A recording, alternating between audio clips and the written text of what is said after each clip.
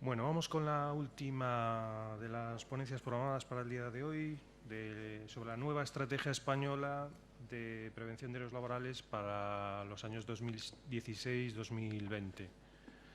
Contamos para ello con la presencia de José María de Bona, vicepresidente de IMPREX, con doña Mar Alarcón Castellanos, es directora general de Trabajo de la Comunidad de Madrid, y con don Antonio Moreno Ucelay, presidente de PESI y vocal de la Comisión Nacional de Seguridad y Salud en el Trabajo. Comenzamos con don José María de Bona.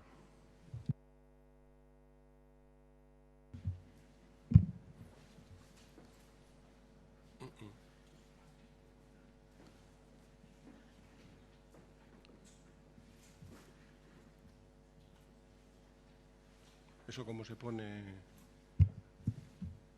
¿Eso está ya así como presentación?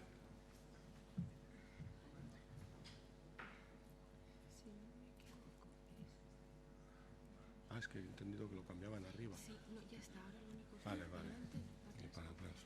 Vale. Buenos días. Bueno, han dicho que tenemos pocos minutos. Lo primero, quiero dar las gracias a la organización por invitar a nuestra asociación. Nuestra asociación es una asociación muy jovencita y un tanto peculiar, formada por personas que hemos dejado ya el ámbito habitual laboral, es decir, estamos jubilados o prejubilados.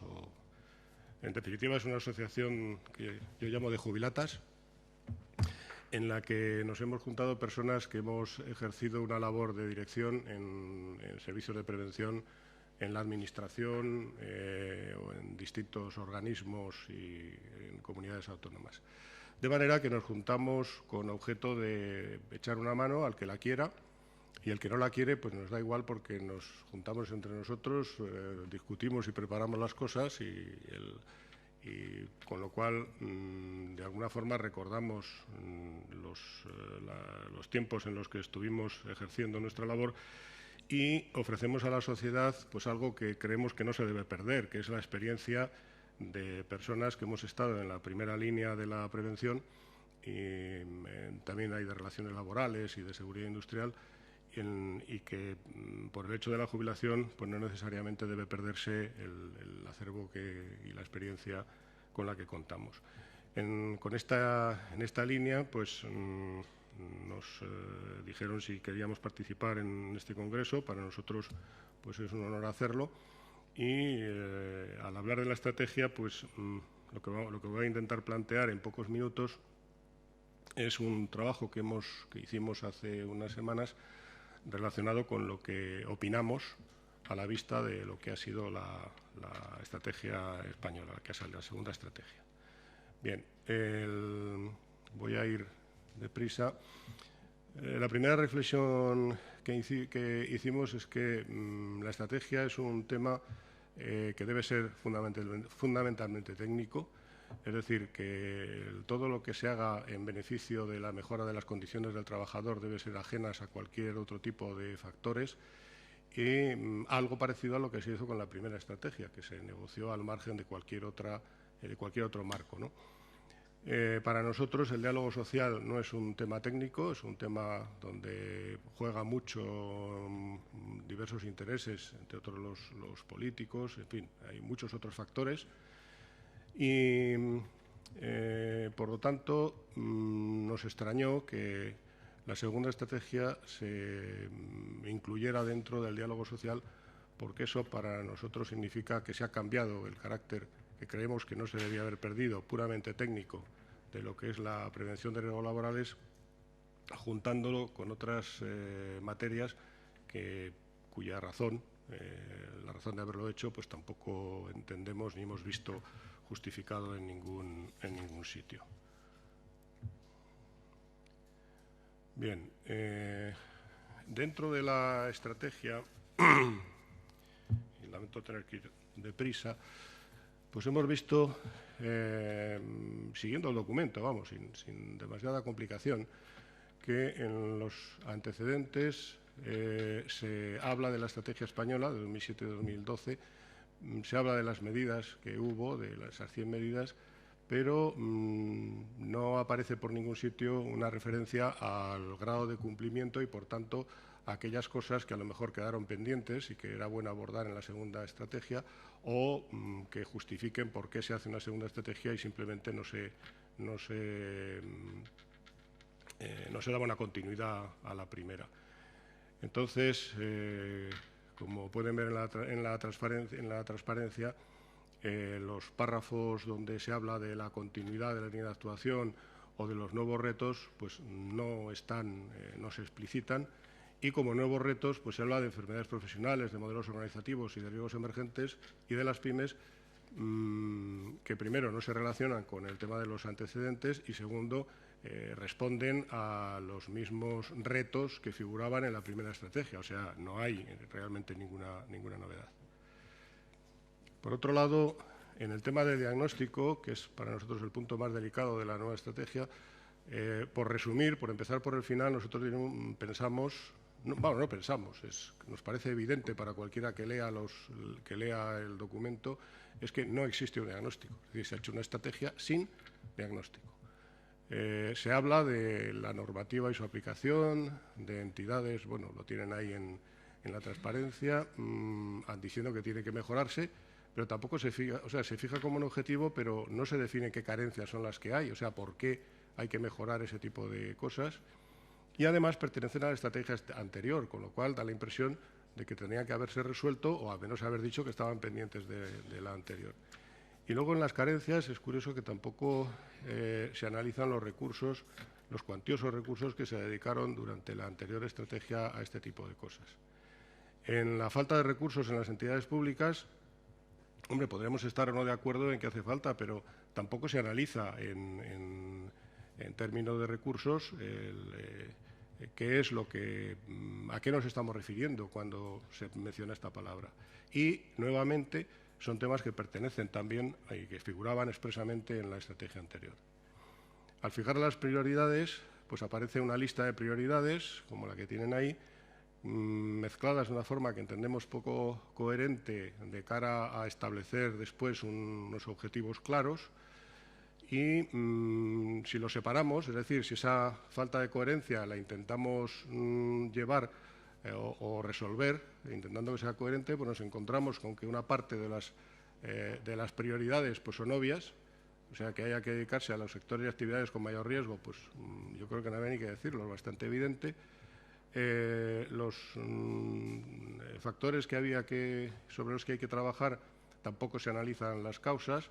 Y luego se introduce un tema de hábitos de vida que es nuevo, que, bueno, para incluirlo en la prevención, pues quizá debería estar explicitado de alguna manera a qué nos estamos refiriendo y qué relación real tiene con la prevención de riesgos laborales. Y, sin embargo, determinados temas, y ahí hay una lista, no se abordan, o por lo menos no se abordan de forma explícita cuando desde muchos ámbitos, en su momento, dijimos que eran fundamentales a la hora de plantearse una mejora en el terreno de la prevención. Ahí tienen la lista, como lamentablemente estaba más de tiempo.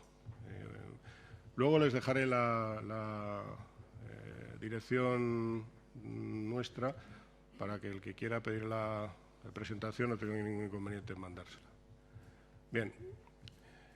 Entonces, la segunda reflexión que nosotros hemos hecho en esta materia es, primero, que el diagnóstico no aporta o no menciona dónde hay estudios y análisis que conduzca a los comentarios que se hacen en el diagnóstico.